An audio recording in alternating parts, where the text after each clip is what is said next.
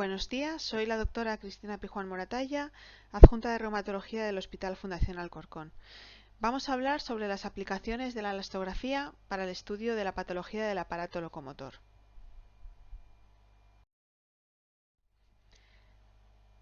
Este va a ser el guión de nuestra charla. En primer lugar hablaremos un poco sobre las definiciones, pasaremos a hablar sobre las bases físicas de la elastografía, los tipos de elastografía que existen y pasaremos finalmente a hablar a las aplicaciones, tanto a nivel general en medicina como más específicamente a nivel del aparato locomotor. Y finalmente pues terminaremos hablando de las futuras posibles utilidades que se puedan aplicar. La primera definición sería en lo que consiste la sonoelastografía. Esto es una técnica de imagen que nos va a permitir distinguir la rigidez del tejido y lo va a codificar en una escala de colores. Esto se hace mediante el análisis de la velocidad a la que la onda de los ultrasonidos se va a transmitir a través de ese tejido y va a ser un signo indirecto de la dureza que va a presentar. Sabemos que a mayor dureza, mayor fibrosis y por lo tanto mayor velocidad de transmisión de la onda.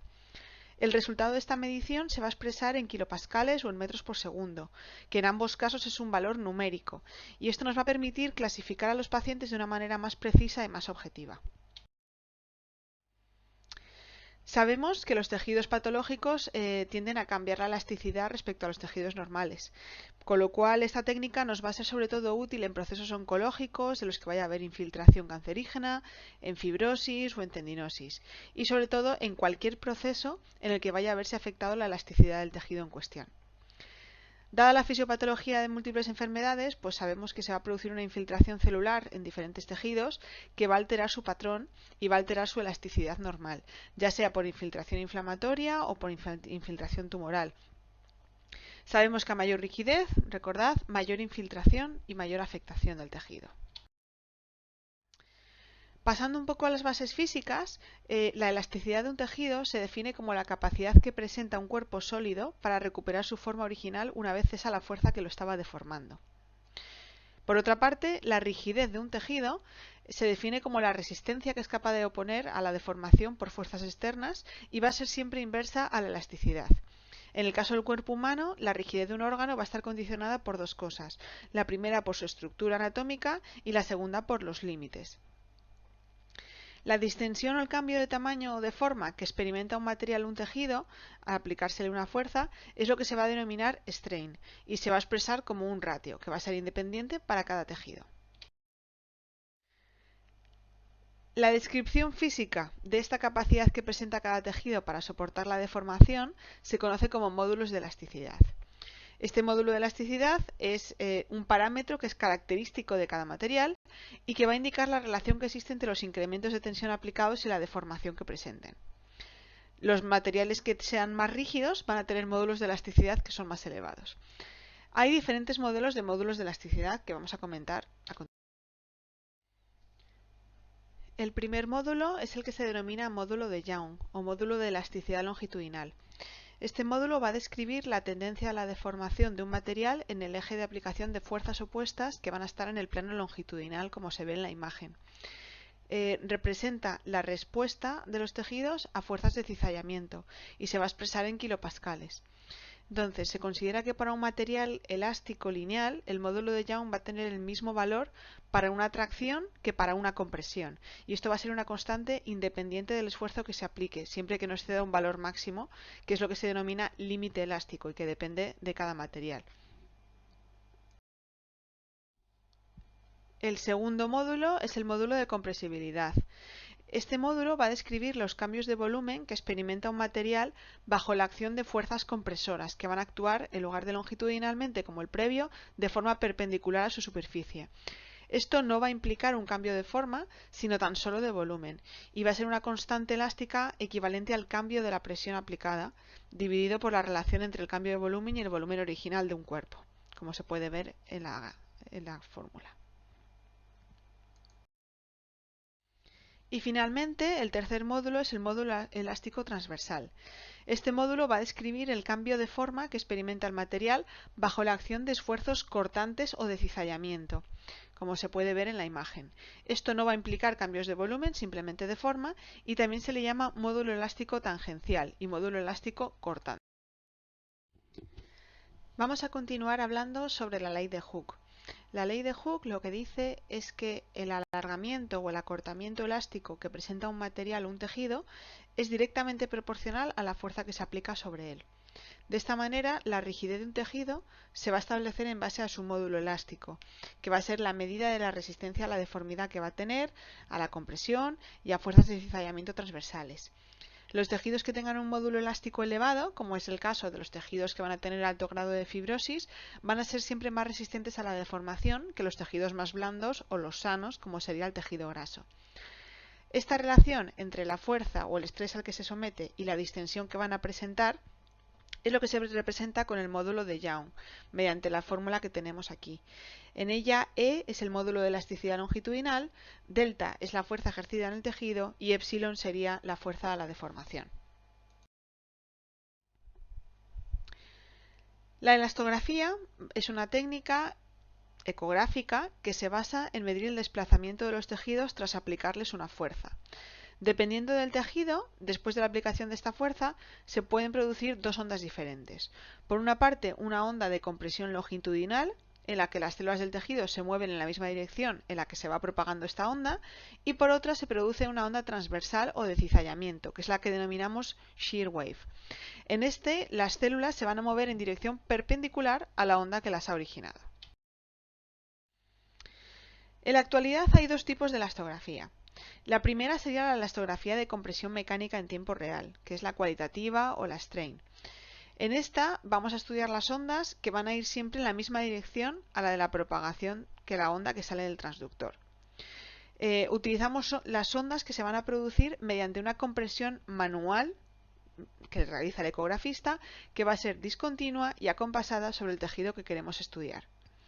Es verdad que está en entredicho por muchos médicos, ya que es una técnica muy operador dependiente, depende de la presión, de la frecuencia con la que el operador realice estas compresiones y además dos personas diferentes realizando la misma técnica correctamente pueden encontrar diferencias en los resultados. Además, los resultados no van a ser cuantitativos, sino que van a ser cualitativos. Van a ser una imagen en un mapa de color y los datos van a salirnos en ratios, con lo cual no es muy interesante a la hora de darnos una medición objetiva. Este sería el mecanismo. El propio operador, mediante la sonda, va a producir unas ondas compresivas y es lo que nosotros vamos a ver en el mapa de color, como se puede ver en la imagen. Y en segundo lugar, tenemos la elastografía de onda de corte o shear wave. Esta no va a usar una compresión manual, sino que va a estudiar las ondas que se generan de modo perpendicular a la propagación de la onda que va a salir de la sonda. El transductor va a emitir la onda que atraviesa el tejido y cuando llega al tejido va a generar dos tipos de onda. Una, la primera que va a continuar en la misma dirección, en sentido contrario y que va a volver hacia la sonda, y otra que va a ser perpendicular. Y esta es la onda de cizallamiento de la que vamos a analizar.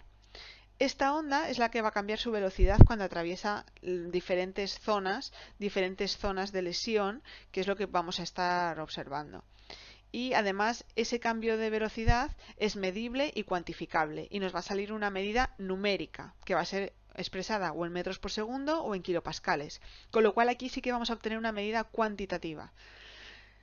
Dentro de la elastografía de onda de corte de shear wave se encuentra la de radiación acústica por impulso de fuerza, que es la que llamamos ARFI, por sus siglas en inglés. Esto es un software específico que tienen algunos ecógrafos y que permite generar y detectar estas ondas de cizallamiento mediante un software virtual. Esto va a tener una mejor rentabilidad al diagnóstico y es la que vamos a usar en la mayoría de los casos. Aquí se puede observar el mecanismo del shear wave. Se producen las ondas longitudinales desde la sonda hasta el tejido, que van a ir en un sentido y luego van a volver hacia la sonda. Y luego, por otra parte, se van a producir ondas que son perpendiculares, que son las que vamos a analizar. Entonces, como podéis ver en la imagen de la derecha, además de la imagen en mapa de colores, si analizamos diferentes áreas de interés, vamos a obtener una medida como la que se ve en el recuadro amarillo, que es una medida numérica, que puede estar o en kilopascales como este caso, o en metros por segundo.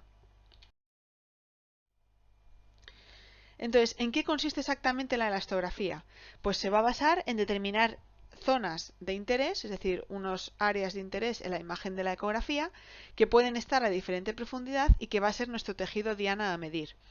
Mediante esta técnica permite focalizar la fuerza de radiación acústica de una forma controlada y obtenemos, como mencionábamos, tanto la imagen en escala de colores, que sería cualitativa, como un valor de rigidez de esa zona, de ese tejido en concreto, que se va a expresar en una cifra numérica que por lo tanto va a ser cuantitativa.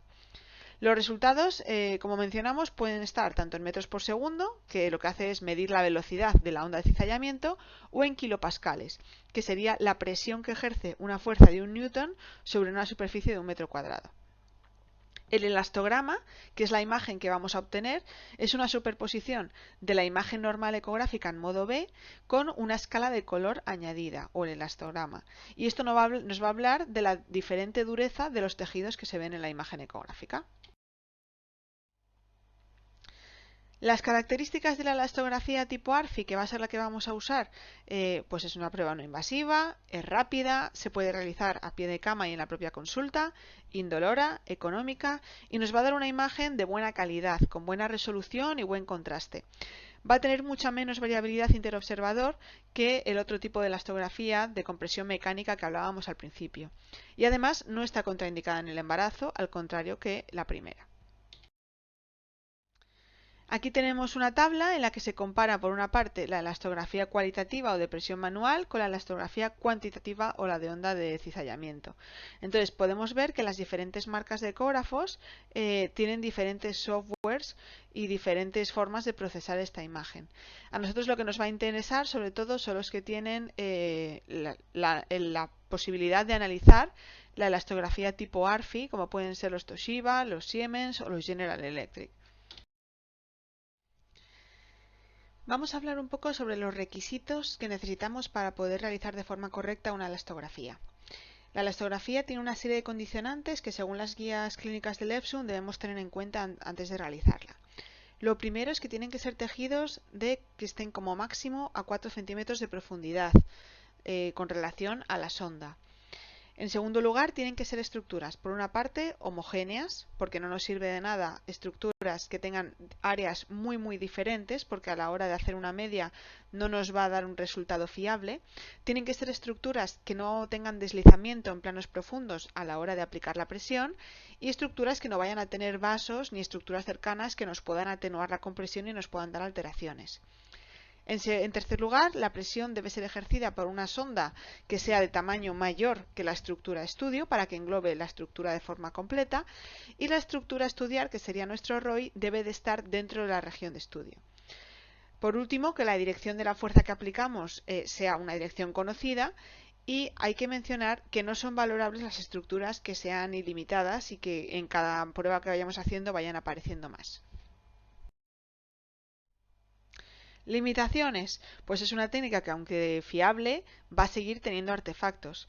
Entonces, el primero es el que mencionábamos, no podemos analizar estructuras que estén a más de 4 centímetros de profundidad porque la onda se va atenuando y ya no es fiable.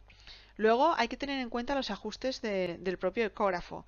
Hay que ajustar muy bien los diferentes parámetros y porque una mala técnica va a dar como resultado un resultado sesgado. Entonces hay que conocerla bien, hay que tener cierta experiencia en el manejo de los equipos y para poder llevarla correctamente. Va a precisar de una sonda especial, es decir, no todos los equipos ni todas las sondas van a poder realizar la elastografía.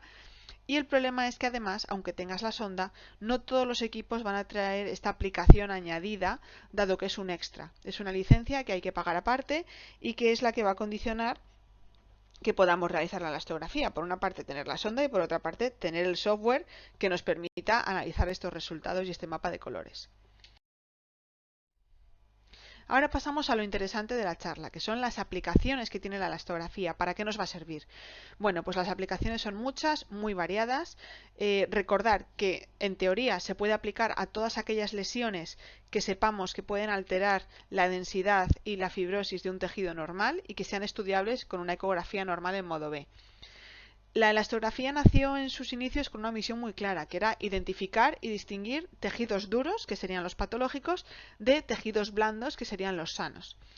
Inicialmente, pues las primeras aplicaciones, como todos conocéis, fueron para la valoración de la fibrosis hepática, que es lo que se llama FibroScan, para el análisis de nódulos y de alteraciones tiroideas, y luego también se extendió a masas tumorales, sobre todo a nivel mamario, a nivel prostático y pancreático. En esta diapositiva vamos a ver diferentes ejemplos de aplicaciones de la elastografía a diferentes niveles. En la primera imagen de la izquierda, como podéis ver todos, es un FibroScan hepático, que probablemente reconoceréis. Tenemos inicialmente una ecografía en modo B, normal, del hígado, y luego sobre ella se ha realizado una elastografía en el área que se puede observar. Se puede ver en la escala de colores las zonas que son más azulitas, que según la gráfica de la derecha se corresponderían con zonas de tejido más blando y menos rígido, y las áreas que son más amarillas y más rojas, que se considerarían áreas de más fibrosis. Luego, el círculo que se delimita dentro de la elastografía es el área que vamos a solicitar a la máquina que nos analice y para el cual nos va a dar un valor numérico en metros por segundo o en kilopascales que nos va a reflejar la dureza exacta en ese área. Pasando a las imágenes de la de la derecha hacia arriba es una ecografía de mama y una elastografía de mama. Lo mismo, vemos en la escala de color las diferentes densidades que hay dentro de la glándula. Y en la zona inferior derecha de la imagen tenemos una ecografía de tiroides con la imagen en elastografía, que se pueden ver las zonas que consideraríamos frías, es decir, de una densidad glandular normal, y las zonas más rígidas de este tiroides. Mencionar que para estos órganos ya están establecidos los diferentes patrones de elasticidad, lo que es normal, lo que se considera fibroso o lo que se considera carcinomatoso. Aquí tenéis los valores que se consideran para tanto mama como para próstata como para hígado. Y ahora pasamos a las aplicaciones en el aparato locomotor, que es lo que nos interesa en este máster de ecografía musculoesquelética. Dado los buenos resultados que había tenido la elastografía en otras especialidades y con otros usos, se comenzó recientemente a aplicar para valorar lesiones a nivel musculoesquelético. Lesiones tanto a nivel muscular como a nivel tendinoso, como para valorar masas a estos niveles, como más recientemente para el análisis del dolor miofascial. Entonces, os hemos traído aquí varios ejemplos. El primero que podemos ver es una ecografía y una elastografía de un tendón de Aquiles, en el cual se puede ver que en la imagen en modo B, pues probablemente habría zonas y lesiones que pasaríamos por alto, mientras que en la imagen elastográfica se ve claramente que hay áreas con mayor rigidez y mayor fibrosis que podrían tener una correlación con la clínica y la patología que nos presente el paciente, con lo cual nos va a añadir una información a la ecografía normal en modo B. En este segundo ejemplo es una ecografía de un tendón supraespinoso del hombro y lo mismo. Podemos ver que el mapa de colores nos identifica zonas diferentes de las que veríamos alteradas con el modo B y se ven zonas más fibrosas. Y por último tenemos esta elastografía de un tendón rotuliano en el que se ve muy bien la diferencia de densidad y de rigidez que tiene lo que es el tendón propiamente dicho que los tejidos circundantes.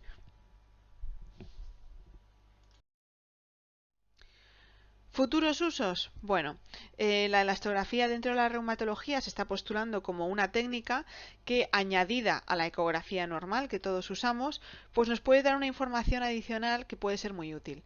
Entonces, es el caso como las aplicaciones que se están desarrollando para la enfermedad intersticial pulmonar en las enfermedades reumáticas o para la valoración de las glándulas salivales en el caso del síndrome de Sjögren, como el ejemplo que tenemos aquí.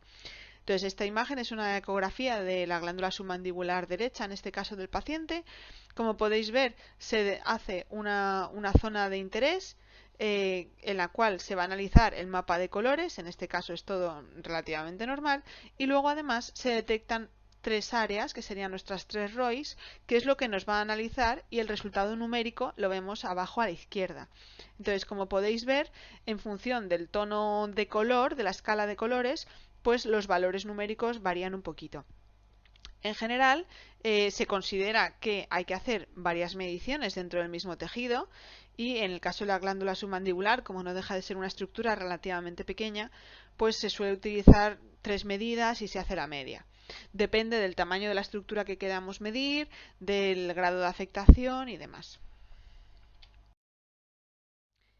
Y ya para finalizar con la presentación, os dejamos esta última diapositiva de bibliografía por si queréis ampliar conocimientos sobre esta técnica tan novedosa y daros las gracias por la asistencia y por escuchar nuestra sesión.